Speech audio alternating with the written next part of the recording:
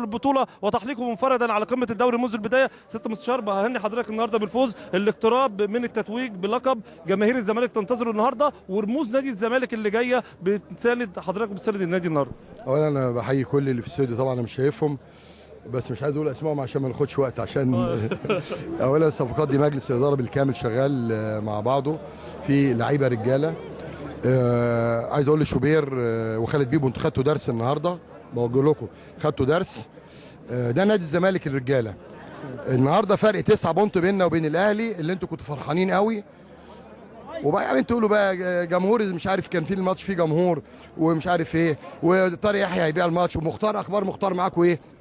مختار اول ربع ساعه جونين، اخباره ايه؟ عيب. الاهلي بيلعب بشرف، الزمالك بيلعب بشرف، المصري بيلعب بشرف، الاسماعيلي بيلعب بشرف.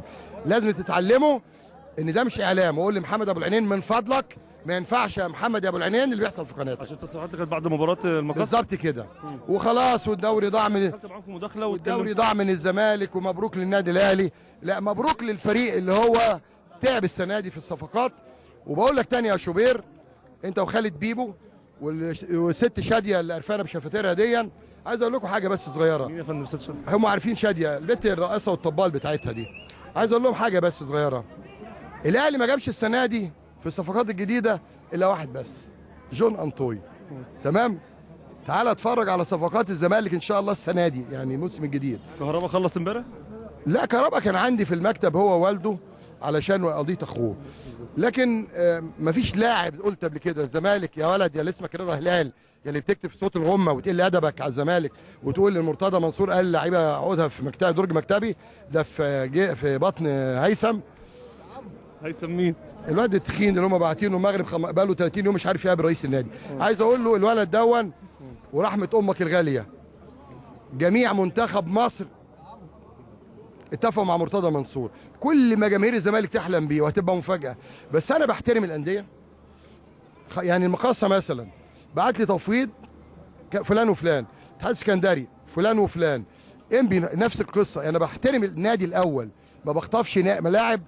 وبقول تاني بحذرك يا شوبير، ابعد عن نادي الزمالك. تاني بحذرك المره الاخيره. ممدوح بس صاحبك اللي حجز على مستحقات اللعيبه ومرتبات الموظفين بفلوس. هل الفلوس دي اللي ليه العقود اللي انضربت دي بعد ما مشي مع مصطفى كمال حلمي هو معاه تحت ايده امين الصندوق اللي كان معاه؟ عايز اساله سؤال. الفلوس دي سلفتها للنادي؟ بنيت مبنى، عملت حمام سباحه، اشتريت لاعب؟ دي فلوس بتاعت اجوج وشيكابالا اللي انت خربت النادي بيها. فانا بقول اهو احنا عاملين بكره مؤتمر صحفي ان شاء الله الساعه 12. انا كنت عامله النهارده بس ما رضيتش عشان الفريق يبقى مستقر. والنهارده الاسماعيلي لعب بشرف. ولو عايز تتكلم عن تفويت ماتش يا شوبير، ده الحضر الجون بتاع الاهلي اللي كان واقف يا شوبير. عيب عيب. ما تتكلم عن الزمالك والاسماعيلي اتكلم بادب واحترام زي ما احنا بنتكلم عن المصري والاهلي بادب واحترام. هل ياسر ومختار باعوا الماتش الاهلي النهارده؟ لا طبعا، لعبوا بشرف. لان الاسامي اكبر من كده وعيب نتكلم عنه. يا فندم عيب. قول تاني، بقول له عيب وعمال يقول لك ايه والماتش فيه جمهور. هو انت متصور ان ال 20 25 واحد دول؟ انا بس عايز اقول لك اللائحه اتعدلت.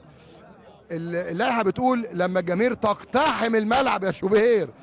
خلاص كان في جماهير من الاسماعيليه النهارده موجوده. يا اخي جماهير الاسماعيلي بتحب الزمالك، انت زعلان ليه؟ ولا اعتقد لما يبقى حازم امام وعبد الشافي الاسماعيلاويه اهو جنبنا بيحبوا الزمالك. ايه المشكله؟ خلاص العلاقه بين الزمالك والاسماعيلي علاقه محترمه. وانا قلت تاني، شعب الاسماعيليه اشرف من اي جزمه قديمه بيتكلم عنهم، اشرف من اي جزمه قديمه بيتكلم عنهم. ده شعب محترم.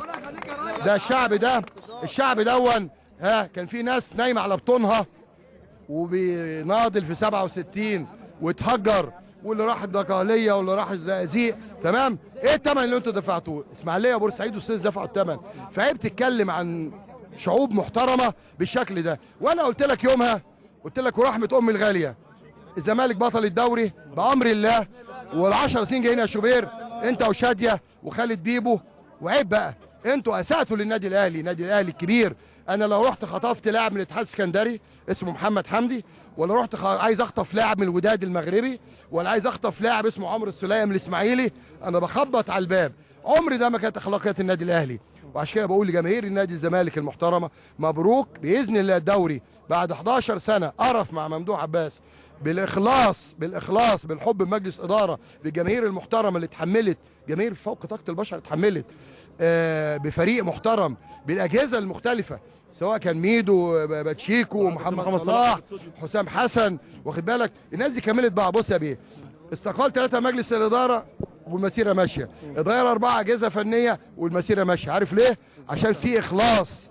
الزمالك رجع تاني، وبقول تاني اهو، اللي بيقول لك ايه قعدوا يبتزوا الحكم، هات لي جون من اللي دخلوا الحكم فوته، يعني ضربه جزاء مثلا حكم انا اللي ليا ضربات جزاء، خلي بالك، وما اتكلمناش. ومع ذلك بقول اهو، البلطجه اللي حصلت على الحكام، يعني انا اتظلمت في الماتش اللي فات، ماتش محمد حسن حامل الرايه، واعتقد حامل الرايه خلاص لغى ضربه جزاء وحسب ضربه جزاء اونطه.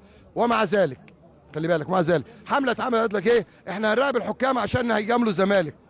اتكلم تاني، ايام انور السادات ال10 سيبوا انور السادات، لما الست جان تالت ايه، اصل الريس بيبقى فرحان قوي لما الاهلي بيكسب. 10 سنين يا انور السادات دوري خلاص، وال10 بتوع ممدوح عباس، ادي ال20 فرق اللي بينه وبين النادي الاهلي.